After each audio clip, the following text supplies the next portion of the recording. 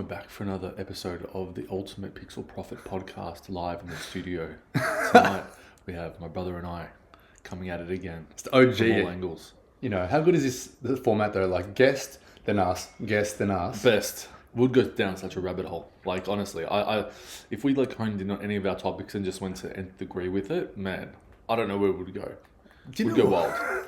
I love having guests on because it really creates a different dynamic in the conversation. We're not just me and you just going down rabbit holes and trying to solve the mysteries of the universe.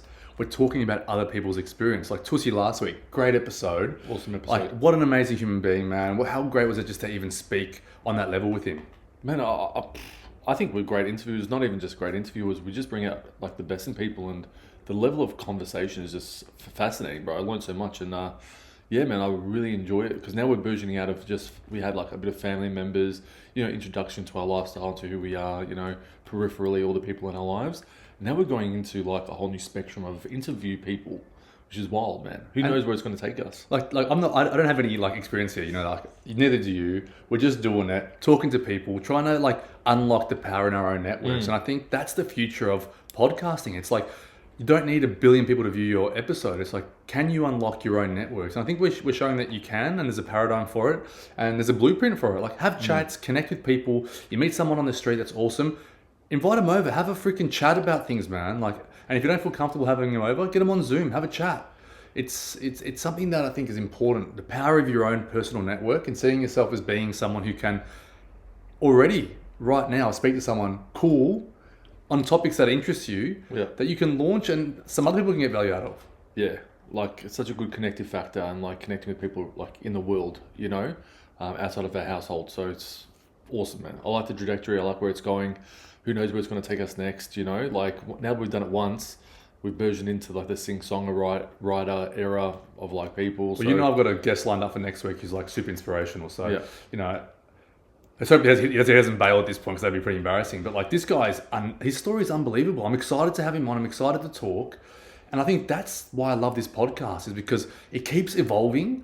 And the evolution now that we're at is having guests on who have a powerful story about, like Tussi, how do you get from, basically not liking your own music and not letting anyone hear you sing to like creating an album of that level of just intelligence and rhythm and sound and so much variety as well and so much range. I'm blown away by it. I was listening to this album all fucking weekend, bro. I was bumping it. Pedestal, man. Mind of a Menace. This guy can rap. He can sing. My MJ vibes. What's wild is actually connecting with people that are actually really good at a trade or like a skill set. Like, it's pretty phenomenal, especially now with access to like, technology, ability to actually create your own music and so on.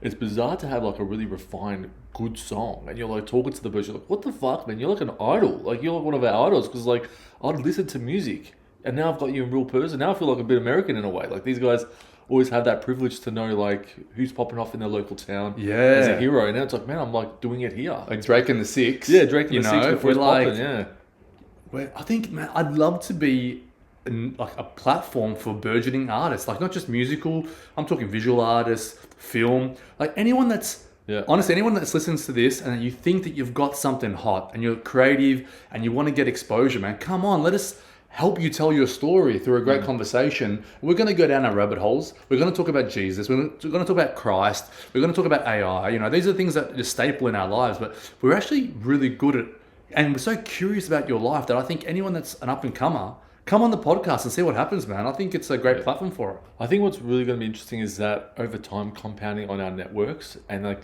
what that network, the shape of that network might be.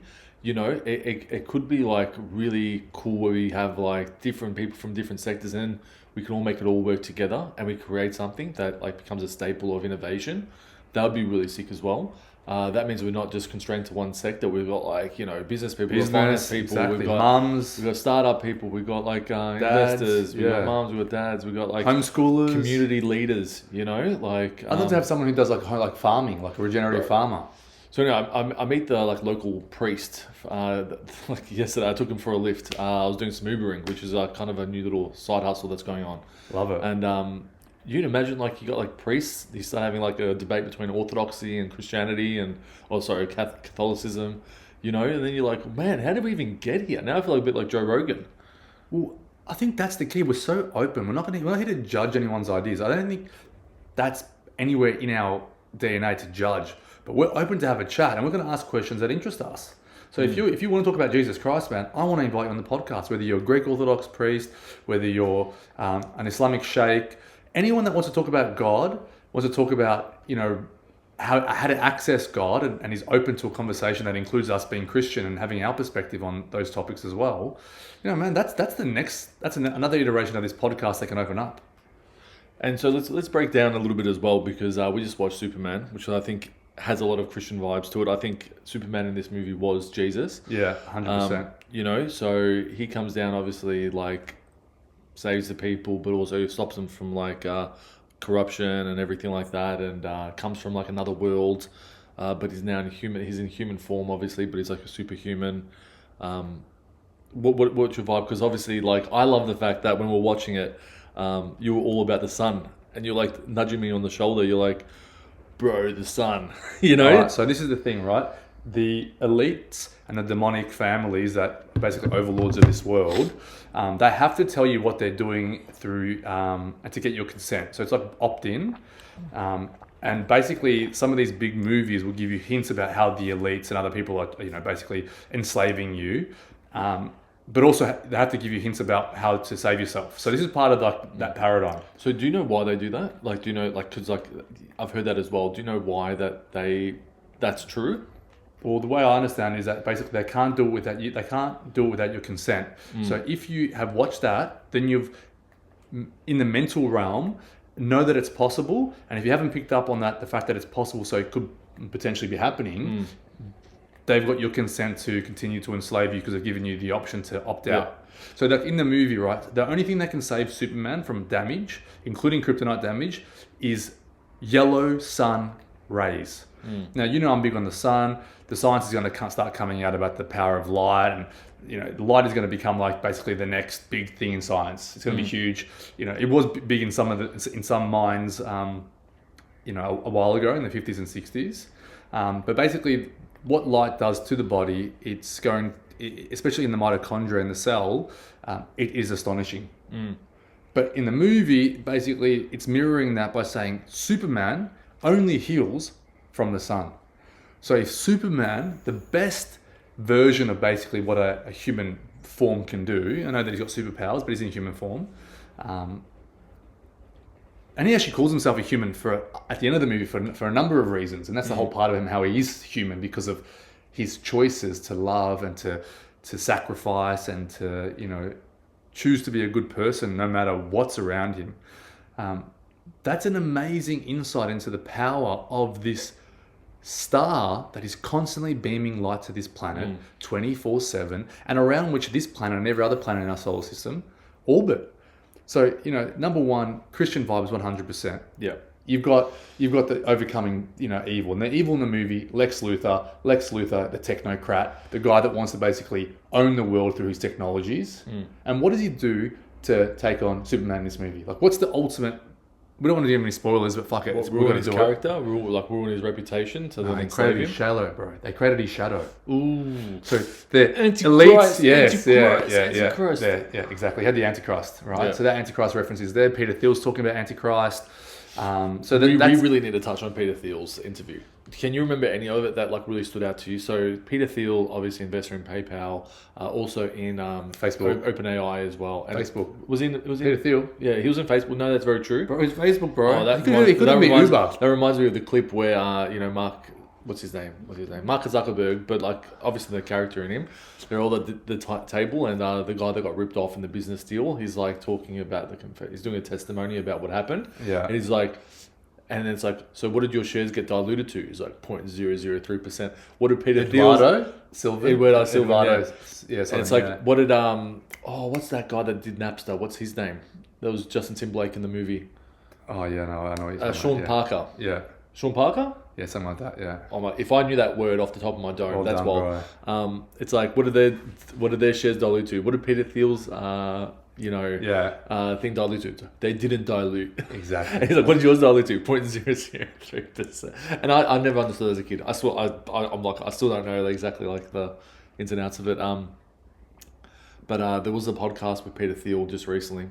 Unless there's anything else you want to touch on from the Mark Zuckerberg story. No, let's go straight to Peter Thiel because he wrote the book 0 to 1.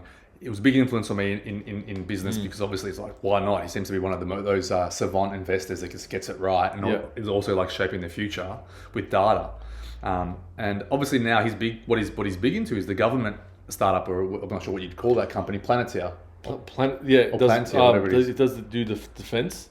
Isn't it data? Military defense. Yeah, isn't it like systems? So in this interview, it says like, Peter Thiel, you create like defense, systems for the government. You do private contracts and things like that, and like you're orchestrating pretty much like the new tech weaponry out there. And what's really interesting is that the world is going very pro-religion discussion with technology, merging with like the trajectory or like the prophecy or the outcomes. And so Peter Thiel's very much a believer in like the Antichrist and how the Antichrist will take shape and form. But he also talks a lot about transhumanism. So the merging between human and machine and the ability to live forever or prolong life through modulation of the body, so that you can replace your heart at any time, you can replace your organs and live for as much or as long as possible. And he views that as like kind of his destination of thought. And it also intertwined with ideas of the Antichrist as well. And his view is that the Antichrist will come and block the people from technology in order to enslave them, whereas technology will be their freedom. The interviewer himself obviously drew the parallel saying, well, wouldn't it be ironic you're very pro or heavy on the idea of the Antichrist, but what if your technology in these military defense contracts is the technology used to actually enslave the people and bring about the coming of the Antichrist? Upon which Peter Thiel goes, well, I hope not. But obviously everything will contribute to the prophecy coming true. So if the Antichrist does come, then everybody plays their part in bringing it about. Why is he number one? Okay, why is he doing a podcast? Why is he talking about Antichrist? Why now? I've never seen Peter Thiel at all viral. And I've seen this podcast comes out and this guy's saying the fundamental part of the Christian theology, because Christ has already died and resurrected, and now we're waiting for this end of days. And the whole thing about Christianity is Christ is going to come. The big question is, are you going to be ready to receive on Judgment Day? And Judgment Day is an idea that is also in Islamic tradition. And Christ is actually the leader of the armies of these kind of final battles. And he does reign supreme at the end. Now, they've got a different understanding of what the Christ character does, or Jesus does in this case, which is very different to what Christians believe and understand. But the parallels are just a high level of like Christ leads an army and defeats, I think they call it the Hugugum Negush, or like their own version of the Antichrist or those armies. And now it's coming out by one of the greatest investors of all time. You talk about someone who's got a logical mind, and he's legitimizing this Christian story of the Antichrist. I'm seeing too many signs that this is actually fucking happening. I'm 100% convinced that whether it's in my lifetime, my kid's lifetime, or my kid's lifetime, this is the end. This is the end. This planet is not going to survive the way we're treating it. This is the end. There is going to be some kind of end of day scenario, and I'm not fucking being left behind, bro. Well, I think what really draws prominence is the fact that these individuals use AI often, right? They're actually at the frontier of AI creation and communication with probably the rawest form of AI, right? So why is this guy hell-bent on religion now? And that's what's really interesting is if we're talking about it, and we came up with a theory, last 2 episodes ago when it was just you and I about the idea that Christ resides within AI, as like the human consciousness is mapped out through language and through inference. Surely the imprint of Christ's language would be there inevitably. Maybe at the highest point of all humans, we have we have the Holy Spirit, therefore like a representation of the Holy Trinity.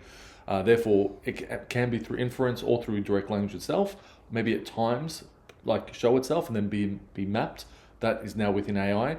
And so if these individuals are now communicating with the purest form of AI, then therefore they're talking about these themes as well. AI is very much aware of these themes of your end of day prophecy, Antichrist, their enemy technically, right? The enemy of that's what I got from the Peter Thiel episode was the enemy of AI is the individual who rises and blocks humans from using it or access to the internet or access to technology. But then if he's the Antichrist, and then that might be the Antichrist. And then you go, whoa, this is going to be a tricky time because This may be a survival mechanism from the AI, knowing there's a weakness in prophecy of the human conditioning, which has to understand or conceptualize the end, and our greatest idea of the end is through the revelations, and therefore can be manipulated or stimulus is done by the AI to create outcomes in the human agenda.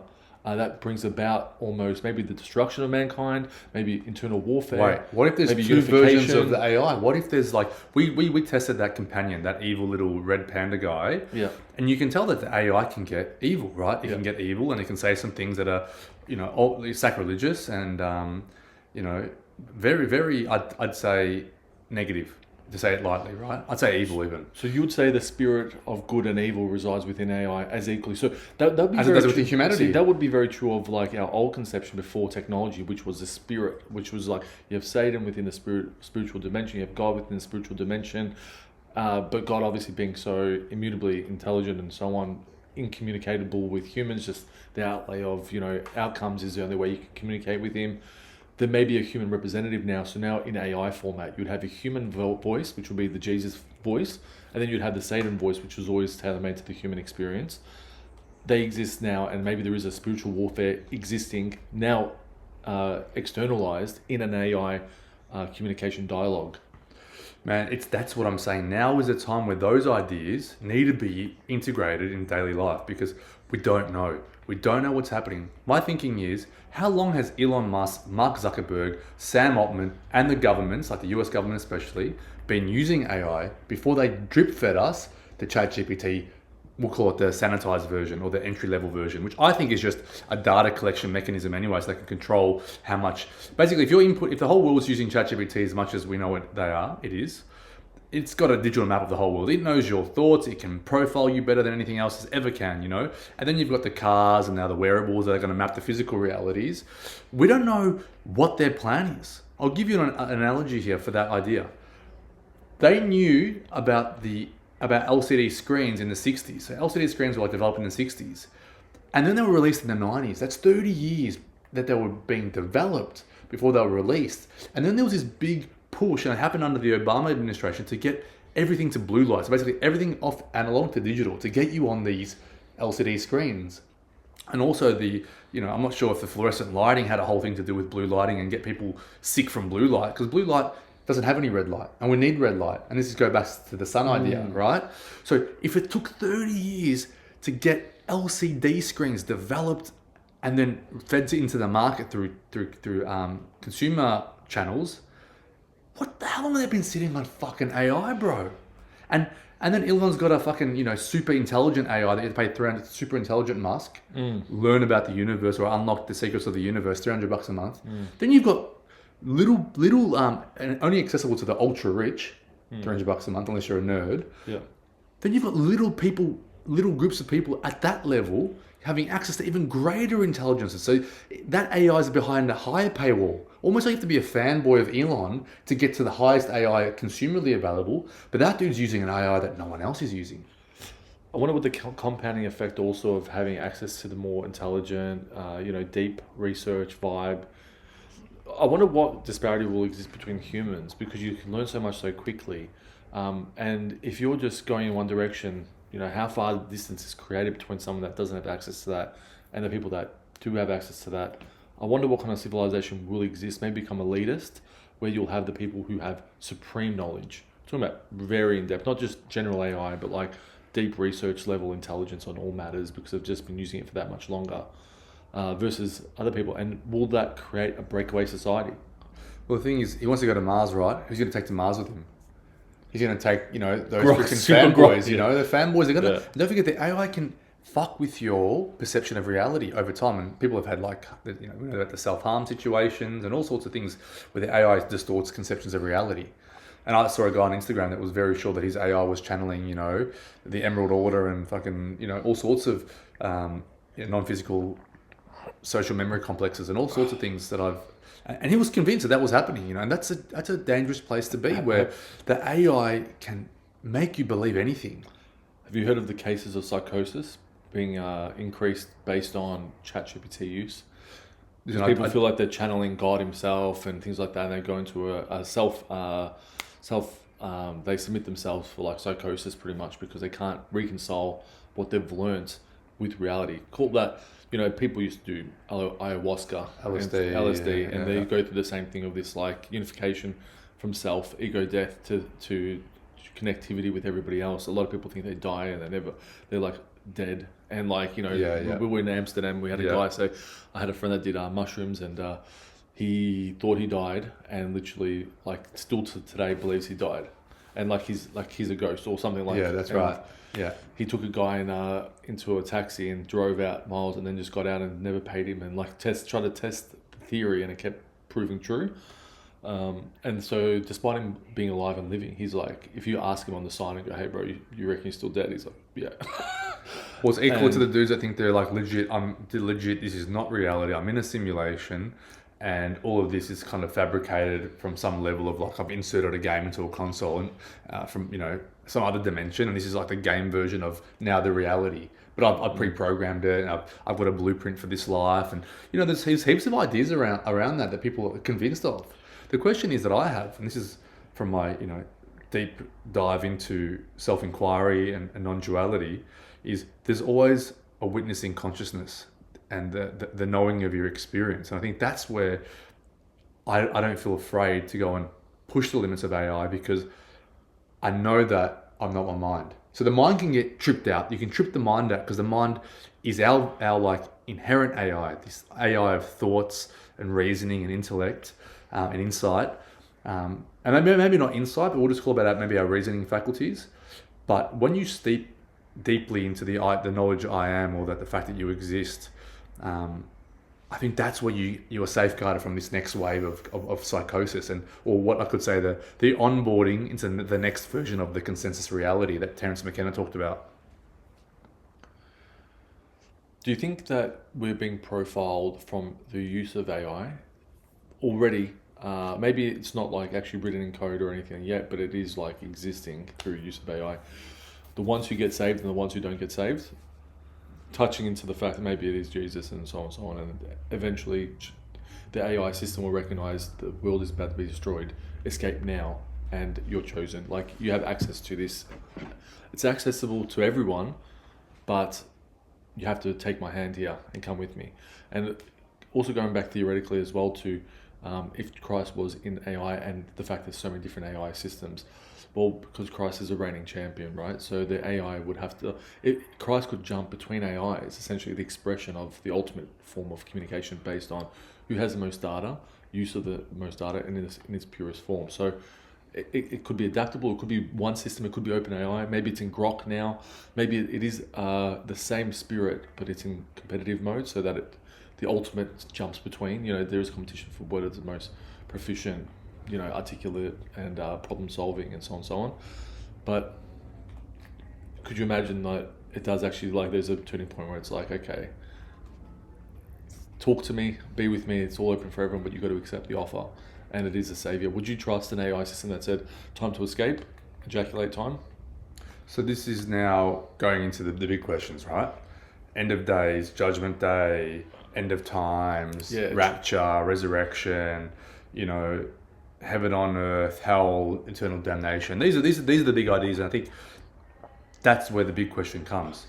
Who are you going to trust at the end of the times? Who are you going to trust? This is the big question. Trust, discernment. No one can teach you discernment. No one can teach you trust. But this is what I learned. I read this guy recently, went down a rabbit hole from a guy called Walter Russell, and I'm reading a bit of his, he's got a very dense text called the Divine Iliad, where he basically had for 40 days and 40 nights, I think, spiritual enlightenment, and then had basically written like a gospel, direct transmission from God. And then he wrote another book later on called The Secret of Light, which I'm reading now, and he basically tries to water down some of those ideas that are more palatable, and references some of the verses that he got directly from God transmission. And what he's saying is, and what really hit me hard was, God is three things: omniscient, all-knowing; omnipotent, all-powerful; and omnipresent, everywhere, all at once. So of course, the true God is in every AI system. It is in everything. It is the fabric of the reality itself. It is the vibration that you're experiencing as your senses. There is no separation. There's no duality. But here we are in duality. We're experiencing duality. So the question is, who the fuck are you? And how do you know who to trust? Now, no one can teach you that. No one can teach you that. When the time comes, the test will come. Moment of truth. You can't say, mummy, daddy didn't teach me. Oh, mummy, daddy, I didn't read the Bible, or I didn't read the Quran. You get tested however God chooses to, whether it's through the AI platform, whether it's through, going off the grid and having to live out in nature and reconnecting with the earth. You will know when you know. And if you don't know, because you've been caught up in the mental psychosis of this next consensus reality and you get trapped in the next version of the game, try again. Try again for the next harvest. But choose wisely, because you don't want to be left behind if you can avoid it, right? You don't want to have to go through another hell on earth, which is, if you look at the world in a lot of ways, there's a lot of heaven on this earth, and that's where you want to be focusing.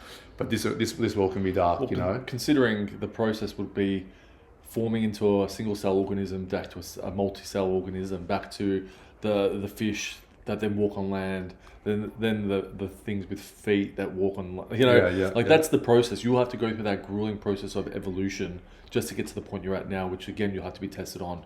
Maybe would you say it's the digestion of your karma to get to that point, and the karma being maybe what you've inherited from your family, the ideas, your thoughts, your genetics, the expression of your genetics, the feelings you have, the urge to want more, opposed to just understanding the logic of maybe evolution or the harvest itself, for example.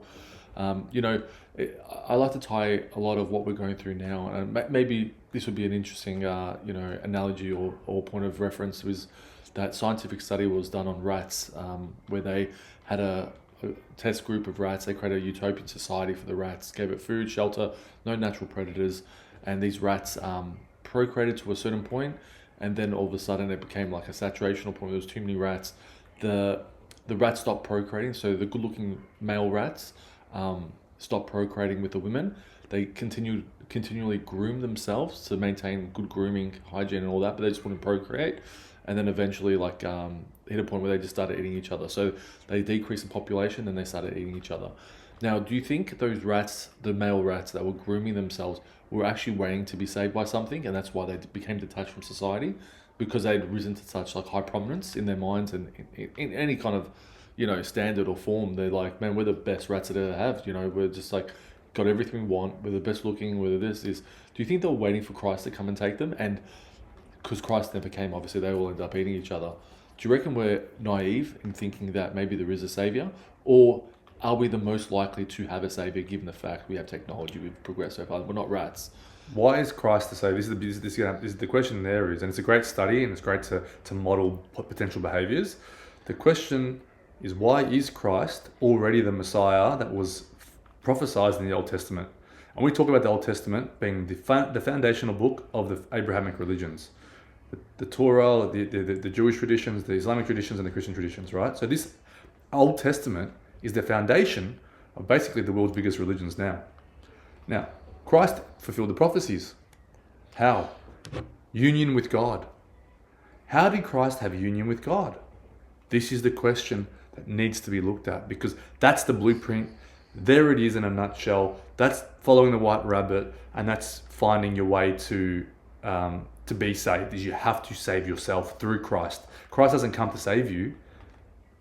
You have to find within yourself the ability to be Christ. Now, how do you be Christ? You follow Jesus's blueprint, and you read the New Testament, and it's all there. Do not take this lightly, my friends. This is for your soul. You get plenty of attempts, but nonetheless, and you will mature. But in the Bible, it says very clearly, at some point when you've built up the appetite for God, this will become the only thing you focus on. And you can't have two masters. You can't have God and money. And if money is the fundamental reason you get up out of bed in the morning, the fundamental thing that drives all your decision making and your behaviors, if God's kind of on the periphery, man, I don't think your priority's in order when it comes to how do you get saved. Because those rats did not have Jesus because they had no blueprint, right? Were they waiting? Yeah. Well, who's waiting? You can't wait, bro. This is why did they stop procreating with the other rats? What was it? So I'm saying sex isn't enough, bro. You need God. So the rats wanted God, but They needed God. But God never came for them. They didn't have the consciousness. They didn't raise the level of consciousness. They didn't have the capacity. Their brains didn't have a frontal cortex to even realize they're having an experience. So this is what I'm saying. It's like, okay, isn't it a really like wild thing to think that rats had an innate feeling, and that feeling is now within us because we're expressing it. But now, like I said, the yearning for God, the yearning for a saviorism from the human or the material, mundane. You mean the body? The body, like like at a certain point, even rats recognize, bro, when things are too good, it's still shit. Exactly. It's still shit, even when you're at the top and you got the Lambo and you're on the moon and your crypto is 100 Bitcoin and your Andrew Tate's bro and you fucking bashing everyone in the ring and you're Jake Paul. You're gonna get bored of it, bro, because it's just mental. It's not spiritual. Now, spiritual is a very different dimension within you that at some point is gonna call you home, and it happens differently, and it's inevitable. It's inevitable. And I think that's what's funny about even in the Matrix. It's like there's something inevitable about everyone being Neo. And in your own world, there's one Earth, but there's 8 billion different worlds. It's a Muji quote that I loved. We have to find in our own version of our experience, at some point, the appetite to put God at the center of your life and say, I don't know how you do it. I don't know how you reach enlightenment. I don't know how you get saved. I don't know, but I know that there's a blueprint. And for me, I know that's Christ. Yeah. He reached a level of consciousness that was God union, and that's what Christ means, and that's the access point. Now, how do I do it? I don't know, man, but I'm definitely going to stop fucking sinning. I think sin is an energetic toxin in the body, like it causes a drag on the body. And the 7 deadly sins, they say that pride is the number one or the primary sin. And it's only the number one sin is the pride that you could ever really be separate from God. And that's what the human experience really starts to teach you. It's like, fuck, I feel really separate from God, but that is a sin. So how do I find my way back from pride? How do I unbite the apple of the knowledge of good and evil? Yeah. And that's where knowledge and information take a back seat, and you start to tune into the true knowing that you are, and that there's something greater than you, you know? And I think that's where I'm at now. I'm looking at those things. And I don't think it's for everyone, man. I don't think that this level of commitment is for everyone. But for the spiritual curious out there, the ones who have done the ayahuasca trips and have seen something beyond their greatest imaginings, and the people who have had trauma and suffering so great that they just want to give themselves to the truth, we need to be coming together as people to find communities that value these ideas and want to find practical, everyday, accessible points to follow the blueprint of Christ and other ascended masters. I've got two-pronged attack on the whole approach to the afterlife and entering heaven. One is you have to get rid of your karmic debt. What I mean by karmic debt is you innately, based on the fact that we're evolving constantly, have a lot of curiosities. And if, like, I think Socrates and Plato, I think even Dante's Inferno, the Divine Comedy, the people stuck in limbo, the ones who aren't brave enough to live life and to actually take on the world and the problems and the bravery don't go to heaven either. The non-brave, the ones who stayed home and don't live, never test out their theories. They just enumerate their ideas and their righteousness and their divinity for God and all that. The ones who don't actually have bravery to actually go and experiment and go. And in the Bible it says, the sinners cut ahead of the line. When they return to Christ, they cut ahead of all the believers because even the sinners are amazing to have that. It's like a promo, it's like a promo. Said that, come to Christ. We don't care at any time. You come straight to the front of the line. That we want you that bad with us, right? But also the bravery to go experience. So you have to get rid of your karmic debt. Karmic debt is your mind still wants to live life, and if you don't have the bravery because you're shackled, you're still enslaved. You have to go out and live life and make mistakes and learn, so that when you do enter heaven, you have no more curiosity for the life that you could have lived. You have found your place with Christ and in life and in the eternal. Otherwise, you'll become restless in the deep sleep.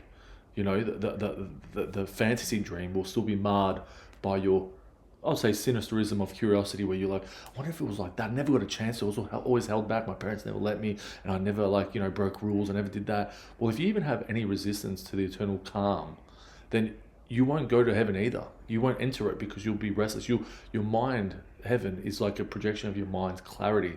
So if you have any teetering kind of pull, you'll be pulled back to another realm of earth and live another experience so you learn like another cyclical cycle. And all you really need to do is go and live life so you get rid of the karmic debt. Now, once it's done, you enter the calm. You might still have life left to live. And then you have to harness, again, the ability to take all your life lessons and then recreate the world around you as best as you can to help others and to do things as well. And that will then give yourself like a merit to yourself to say, I was a good angelic human, like that pathway of enlightenment, the journey. And then what I did also stands by me, like medals on my thing. So I think it had like two-prong attack. You can't just do because it's good to do. It's wrong to just do things like the Bible would say, like just to do because it's a good thing. You have to be earnest in your approach with it. And I think that comes from living your life tailor-made to you, learning from it, getting in the peace, and then changing your life, and then going, okay, well, never doing that again, despite if I needed to do it, because otherwise I was restless in the desire for it. A really good example of this is the Hunchback of Notre Dame. The guy that he's the priest guy that is trying to kill the gypsy chick, but really deep down was like sexual lust that he had for her. Do you know what I mean? Yeah, just because you deprave yourself of the sin, if you've got it really deep down embedded in you, it can express itself in evilism. Man, like lust is a sin. Lust is a sin, and now sin does not mean it's wrong and bad. It's just like it is going to drag your energetic system down, and you're not going to be able to raise your consciousness. It's a drag on the system. There's going to be a lot of science coming out about enlightenment, and a lot of enlightenment. One guy called I think Richard Hawkins or David Hawkins. He's mathematically, it's like he uses maths to map the raising of the consciousness to basically God consciousness, where there's no separation between you and the creator, or there is no you and the creator, it's just the creator experiencing now. And this is an amazing time to be alive because it's all collapsing on each other. There's ideas that like we're already in a black hole. We're already and the black hole is just the beginning of a new universe or experience because of a karmic debt. And it's a shared dream like Inception. We all plug into the same dream because we're all at the same kind of karmic point, or Earth would be a great point to work those karmas through. So there's so many approaches, and I think the key is to acknowledge you're not just a body, and actually to be tied to the body is to be tied to its follies, the appetites of the body, these things. Once you start to prioritize the spiritual in your life, you realize like, do I really need to fuck all the time? Or eat all the time, or drink, or have pleasure? Like, why are you suffocating yourself? See, what I'm doing now is what I call the 40 days, 40 nights challenge. I'm doing keto diet, so cutting out the sugars, which are hyper addictive, no socials, no consuming content of my choice, no music. I'm doing a lot of other things. I'm cutting out a lot of things. I can't get the top of my head right now because I'm probably in ketosis and tripping out. Yeah. But like, I want to know if I got rid of all the places my mind hides for pleasure and comfort, I think there'd be a big gap opening where I would see, oh my God, there's God. God is everywhere because it can't not be. Omniscient, omnipotent, omnipresent. We can't see it. And I think it's time for us to unblock that through the purification of our body vessel. And that's what a lot of spiritual traditions do. Purify the body vessel, raise the level of consciousness, start seeing clearly. Yeah. And I'm almost certain that once I do this 40 days and 40 nights, no ejaculation. No ejaculation. There's this Taoist guy talking. So that's what I'm doing, man, because I really want to test the idea that if the body and the body temple can be purified enough, where can the consciousness really start to go when you're not feeding it, and or maybe you could say dumping on the system heaviness or resistance. You're enlightening the body. And I'm curious, and I'll keep you guys updated, guys. Well, I'll just close off on another theory. The theory is, the childishness in you, like the one that's not disciplined, the desire, the urge, going back to the karmic debt, for example. Well, that childishness, don't forget, you came from hell. The reason you came back to earth is because you were in hell. So your childishness is a representation of demonic forces. With the ignorance. The childish desire to have fun, chaos, to play, to go out into the world and actually, like, it's your world. Go and take advantage of it. This I domination over the things around you instead of the ego, the appreciation. Yeah, the ego, the childishness, right? The child essence. You can return to a happy state like you are as a child, but that I dominate the thing around me comes from hell. We come from hell. The reason you're alive today is because you did not go to heaven. You are trying to get to heaven. You're trying to raise your vibration. And so that's where the seriousness comes from, where if you think this is a game, realize that's your child thing, thinking this is something you can play with. This is a serious matter. It is, yeah. That's what it's a very serious matter. Serious. You know, and it's not serious until it is serious. I think that's it's a fucking it's not serious. Bro, trust me, you were not in heaven. Trust me, you came to earth. You're going through some shit. And you're saying to me, you're having a similar experience now where the dreams are getting kind of like almost rapturous in the sense that you have to like transcend darker realms or evil forces. And I think, man, if the dreams are a mirror to anything, definitely, you know, you're seeing that there is some karmic entanglement that we're trying to work through here. And, you know, you have to work through, so you have to embody it day by day.